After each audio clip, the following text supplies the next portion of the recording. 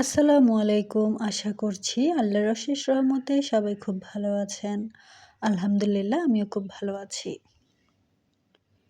এখানে প্রথমেই যে মিশ্রণটা দেখতে পাচ্ছেন এখানে হচ্ছে সেদ্ধ মুরগি এবং পাউরুটির মিশ্রণ। এছাড়াও আরও বেশ কিছু রয়েছে, যেমন কাঁচামরিচ। এরপরও কিন্তু আরও বেশ কিছু এখানে মেশাবো। তো এইগুলো দিয়ে একটা বল বানাবো, যেটা চিকেন বল বলা যায়। তো এটা হবে ঝাল একটা নাস্তা। তো এই জিনিসটা বানানোর সময় পরিমাণটা একটু ভালো মতো খেয়াল করতে হয়, যেন বলগুলো ছুটে না যায় ঠিকঠাকভাবে, অর্থাৎ যখন এগুলো ভাজা হবে তখন যেন ঠিকঠাক থাকে। তো এখানে সয়া সস দেব, এরপর হচ্ছে লেবুর রস দেব। এটা কিন্তু আমি একেবারেই প্রথমবারের মতো বানিয়েছিলাম, আর প্রথমবারেই কিন্তু মাশাআল্লাহ বেশ ভালোই হয়েছে। আর এটা তখনই বেশি ভালো লাগবে যদি গরম গরম খাওয়া যায়। ঠান্ডা হয়ে গেলে এটা কিন্তু খুব একটা ভালো লাগবে না, যতটা ভালো লাগবে এটা গরম গরম গরম খেতে। তো এই নাস্তাটার আয়োজন করছিলাম হচ্ছে ইফতারের জন্য। গত বছরের রোজার সময়ের ভিডিও এটা। তো আমি এটা বানাচ্ছি, আর আমাদের হেল্পিং হ্যান্ড বাকি যে ঝাল নাস্তা তারপর ছোলা এগুলো বানাবে। তো আমি এটা কিন্তু বানানোর কাজ শুরু করেছিলাম সকালে, কেননা এটা ফ্রিজ আপ করতে হবে, শক্ত হতে হবে ভাজার জন্য। তো সকাল থেকেই কিন্তু কাজটা শুরু করেছি, তাই যেন ভাজার আগে বেশ কয়েক ঘন্টা আমি ফ্রিজ আপ করতে পারি। বিভিন্ন নাস্তা যেগুলো ফ্রিজ আপ করতে হয় সেগুলো কিন্তু ভাজার বেশ অনেক আগেই ফ্রিজ আপ করে নিলে ভালো। তো ওদিকে আমি এগুলো মেখে রেখেছি, আর এদিকে আম্মু চিংড়ি মাছ এনেছে, সেগুলো রান্না করবে। তাই সেগুলো একটু ভিডিও করে নিলাম এই ফাঁকে। সাথে আরও বেশ কিছু রান্না হয়েছে, যেমন হচ্ছে গরুর নলা নেহারি। এটা আম্মু আমাদের বাসায় সবসময় আম্মুই রান্না করে। আমরা আসলে খুব ভালো পারি না, তবে হয়তো চেষ্টা করলে পারবো ইনশাল্লাহ। তবে আম্মুর হাতেরটা বেশি মজা হয়। আসলে ছোটোবেলা থেকে আম্মুর হাতেই এটা খেয়ে অভ্যস্ত। তো এরপর আবারও আমি আমার কাজে ফিরে এসেছি, আর সাথে সাথে ভিডিও ধারণের কাজও চলছে। তো এটা ভালো করে আমি মেখে নেব,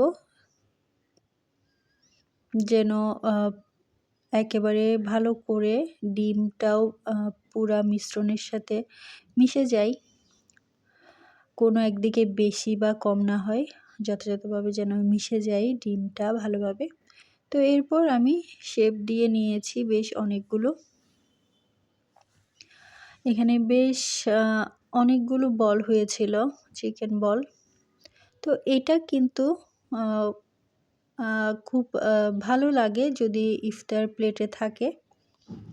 ইফতারের প্লেটে যদি এটা থাকে, তো আপনারা কিন্তু এই চিকেন বলের অনেক রেসিপি পাবেন ইউটিউবে। সেখান থেকে আপনার পছন্দ মতো একটা ভিডিও দেখে আপনারাও কিন্তু এটা বানিয়ে নিতে পারেন। ছোট ছোট কিছু প্রসেস সম্পন্ন করলে কিন্তু এরকম একটা নাস্তা, মজার নাস্তা আপনারা ইফতারের প্লেটারে রাখতে পারেন। তো সেদিন অনেকগুলো বল বানিয়েছিলাম, যেগুলো পরবর্তীতে হয়তো আপনাদের সাথে শেয়ার করব। তো এগুলো ফ্রিজ আপ করব। এছাড়াও কিন্তু আরও অনেকগুলো এখনও রয়ে গিয়েছে মিশ্রণ, তো সেগুলো আগে বানিয়ে নিতে হবে। তো আমি কিন্তু অনেক বেশি উপকরণ দেইনি, মোটামুটি কিছু উপকরণের মাধ্যমে এটা বানিয়েছি। তো ফ্রিজ আপ করার সময় এভাবে পলি দিয়ে একটা লেয়ার রেখে সেখানে পলি দিয়ে আবার আরেকটা লেয়ার রেখে এভাবেই ফ্রিজ আপ করতে হবে। তো এই তো শরবত বানানো হয়েছে, এটা আমি বানাইনি। এরপর হচ্ছে চিরা কলা বানানো হবে। এরপর এই পুডিংটা বানিয়েছিলাম আগে বানিয়ে রেখেছি, এটাও দিয়ে দিলাম। এরপর হচ্ছে আমার ছোট বোন বেলের শরবত বানিয়েছিল, সেগুলোও দেখাচ্ছি। তারপর সে আসার সময় এই মজার গাজরের হালুয়াটা নিয়ে এসেছে। এটা কিন্তু ভীষণ মজা, আমার খুবই পছন্দের একটা হালুয়া। এছাড়া বাসায় আগেই হেল্পিং হ্যান্ড এই রোলগুলো ফ্রোজেন করে রেখেছিল, সেগুলো ভাজা হলো। আর এই ইফতারের আয়োজনটা করা হয়েছিল আমার হাজব্যান্ডের জন্য। তো এখানে পরপর 2 দিন সে এসেছিল। আমি একদিনেরটা মোটামুটি ভিডিও করেছি, এরপরেরটা ভিডিও করতে পারিনি, কিন্তু জাস্ট টেবিলটা একটু ভিডিও করেছি, সেটা ইনশাল্লাহ এই ভিডিওর পরে পাবেন। আর এই যে মিশ্রণ দেখতে পাচ্ছেন, এটা হচ্ছে আমলকি, তারপর কারি পাতা, মেথি দিয়ে মেথিসহ আরও অনেক কিছু দিয়ে, পেঁয়াজ, তারপর আরও বেশ অনেক কিছু ছিল, যেহেতু অনেক দিন হয়ে গিয়েছে আমার মনে নেই। তো সেটা দিয়ে একটা তেল বানিয়েছিলাম, এই তেলটা আমি এখনও ইউজ করে থাকি। তো এখানে তেলটা কিন্তু খুব ভালো করে আমি নিয়ে নিচ্ছি একটা ছাঁকুনিতে নিয়ে। তো এটা মোটামুটি বেশ কার্যকর, যদিও উপাদানগুলো কিন্তু ঠিকঠাক দিতে হবে। যদি উপাদানগুলো ঠিকঠাকভাবে না দেওয়া হয় তাহলে কিন্তু এটার কাজটা খুব ভালো হবে না।